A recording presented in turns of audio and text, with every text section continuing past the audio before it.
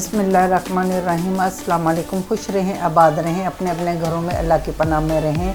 आज मैं आपके साथ शेयर करूंगी लाहौरी हरीसा विद कबाब के साथ। ये छोटे छोटे बड़े मज़े के कबाब बनते हैं और ये हरीसा मैं अपने घर में कैसे बनाती हूँ ये आज आपके साथ शेयर करूँगी। और इसका बनाने का तरीका भी बहुत आसान, मैंने बहुत शॉर्टकट रखा है तो ये लेंथी रेसिपी लेकिन बहुत शॉर्ट करके मैं आपको दिखाऊंगी।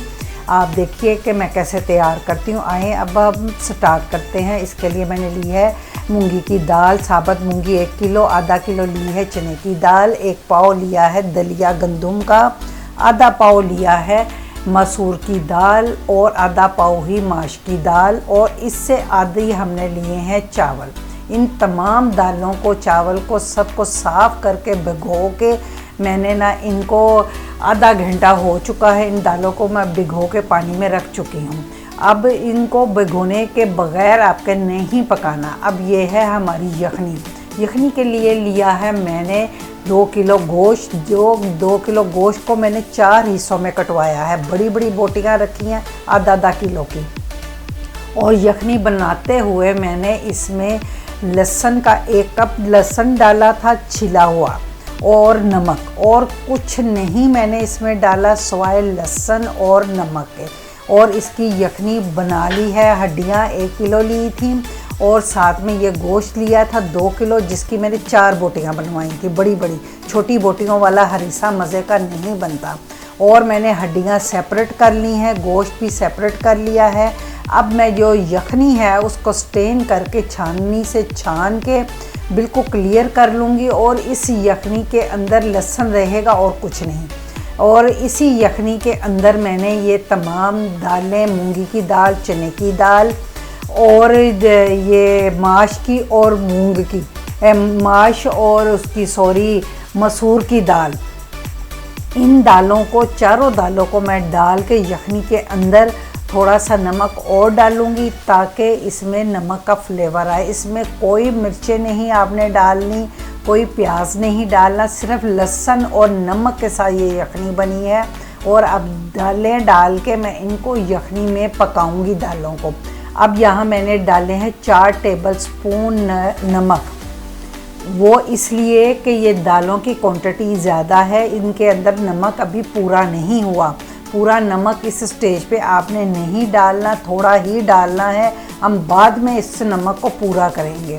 अब उतनी देर में, जितनी देर में हमारी दालें गलती हैं, उतनी देर में मैं गोश्त को खोल के इसकी बोटियों को, इसी तरह बड़ी बड़ी बोटियां ला के, छोटी बोटियों का आप हरीसा बनाएंगे तो आप देखेंगे उसके रेशे इतने नहीं बनते।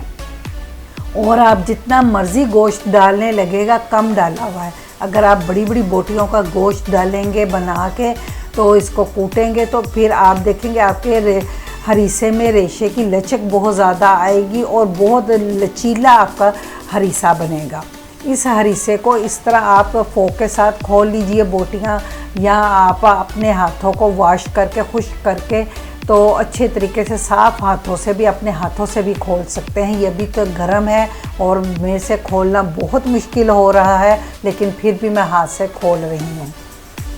अब हमारी दालें जो हैं मैं इनको चेक करूँगी ये कितनी गली हैं।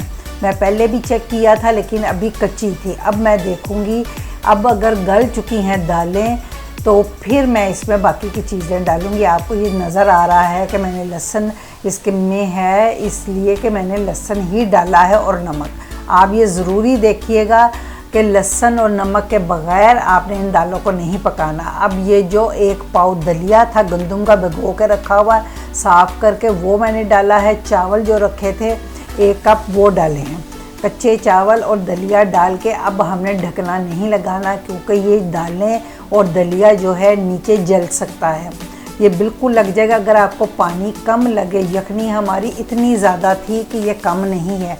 अगर आपको यखनी कम लगे, अगर पानी कम लगे तो आप गर्म पानी, ठंडा पानी नहीं डालना, इसमें गर्म पानी हस्बे ज़रूरत डाल के इन चीज़ों को गला लें। गलाने के बाद जब ये पक जाएं, गल जाएं, तो फिर आप इसको हैंड ब्लेंडर से या वुड स्पून जो होती है, घोटनी जिससे कहते हैं, हाथ की मदद से घोट लें।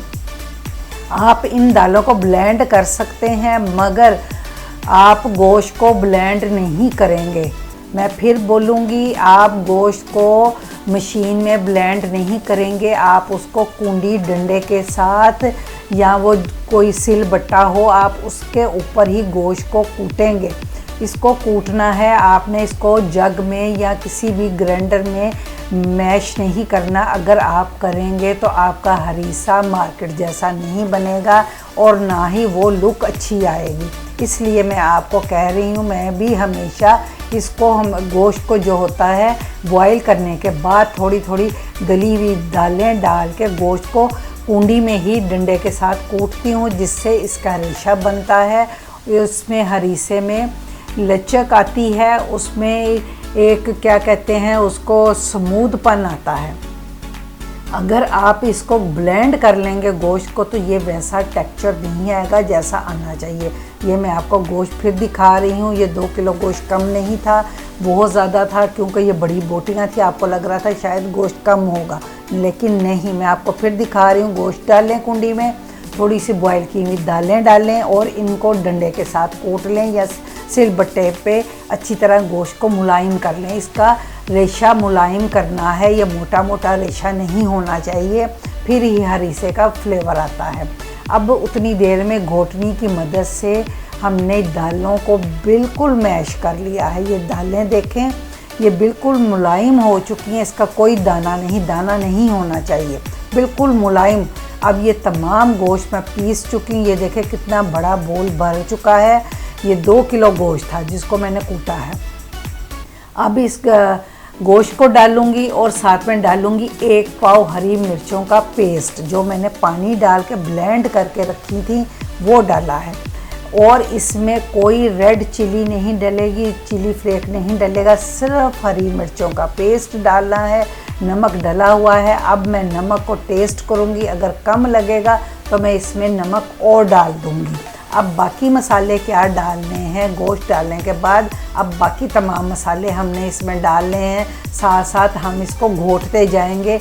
आप हरीसा पकाते हुए लकड़ी का चम्मच ही इस्तेमाल करें, क्योंकि लकड़ी के चम्मच से ये घुटता है। साथ साथ अगर आप स्टील का चम्मच इस्तेमाल करेंगे, प्लास्टिक का करेंगे, तो उससे ये घुटेगा नहीं और आपका हरीसा इतना मुलायम नहीं बनेगा। ये साथ साथ घोटती जा रही हूँ, साथ साथ इसको बॉईल करती जा रही हूँ।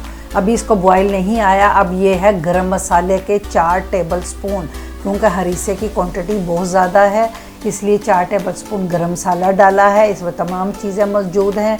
नमक डाला है अब मैंने 2 टेबल स्पून, क्योंकि नमक कम था। आप टेस्ट कर लीजिएगा, अपने टेस्ट के हिसाब से आपने इसमें नमक डालना है। साथ साथ मिक्स करते जाएं। आंच तेज़ है, ये साथ नीचे बैठ रहा है तवे में, बल्कि पैंदे के अंदर चिपक रहा है। इसको साथ साथ मैं मिक्स करती जा रही हूँ। अब मैंने डाली है 3-4 चम्मच ब्लैक पेपर, यानी कि काली मिर्चों का पाउडर पिसा हुआ, बारीक पिसा हुआ। मोटी मिर्चें नहीं डालनी, बारीक पीसी हुई काली मिर्चें अपने टेस्ट के हिसाब से डालें। आपने कितनी काली मिर्चें डालनी हैं, 4-5 चम्मच इसमें लगेंगे काली मिर्चों के। अब इसको तेज़ आंच के ऊपर अच्छी तरह बॉईल करें। बॉईल आएंगे, इसमें बबल मोटे मोटे बनेंगे, लेकिन फिर भी आपने इसको खूब अच्छी तरह मिक्स करते जाना है वुड स्पून से और गाढ़ा करते जाना है। ये अभी गरम है, जिसकी वजह से ये आपको पतला लग रहा है। ये इतना पतला नहीं होता। ये मैं आपको ताज़े की सर्विंग बता रही हूँ। आप इसको कबाब के बगैर भी इस तरह अदरक, हरी मिर्चें और रेड अनियन के साथ ऊपर इसके देसी घी का गरम कड़कता हुआ देसी घी डाल के आप खा सकते हैं। इसके लिए मैंने कबाब बनाए हैं। आधा किलो लिया है कीमा, बीफ का कीमा, जिसको मैंने साफ़ करके रखा है। और ये है 1 बड़े साइज़ का प्याज, 4-5 हरी मिर्चें। और इनको डालने के बाद कीमे को मैं इसमें डालूँगी 1/2 टेबल स्पून नमक।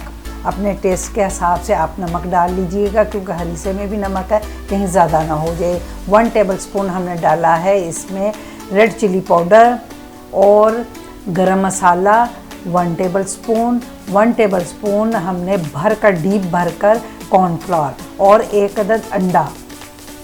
ये तमाम चीज़ें डालने के बाद हम इनको मैं बिल्कुल पीस के कीमे को कोफ्ते की तरह ब्लेंडर में आपको दिखाती हूँ। ये तमाम मैं कीमा पीस चुकी हूँ। एक कोफ्ते का कीमा मैंने अपने हाथ में लिया है और ये है गरम प्लेट। नीचे फ्राई पैन में मैंने आधा कप पानी डाल के उसको गर्म किया है, उसके ऊपर प्लेट रखी है, प्लेट गर्म हो चुकी है। एक कोफ्ते का कीमा हाथ में लेकर आप इसके ऊपर नरम ये कीमा है, बहुत अच्छा ब्लेंड हुआ हुआ है और बिल्कुल स्मूथ पिसा हुआ है, इसमें दाना नहीं होना चाहिए।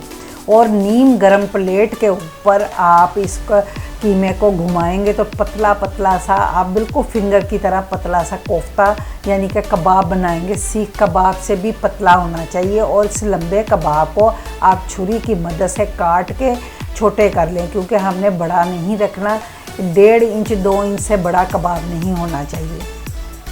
तो इतना बड़ा कबाब बनाने के बाद आप इसको छुरी की मदद से काट के थोड़ा सा, ये बहुत गर्म है इस वक्त, प्लेट हो चुकी है, मेरे हाथ इसको बर्दाश्त नहीं कर रही, लेकिन फिर भी मैं इनको ज़रा सेट कर रही हूँ आपको दिखाने के लिए।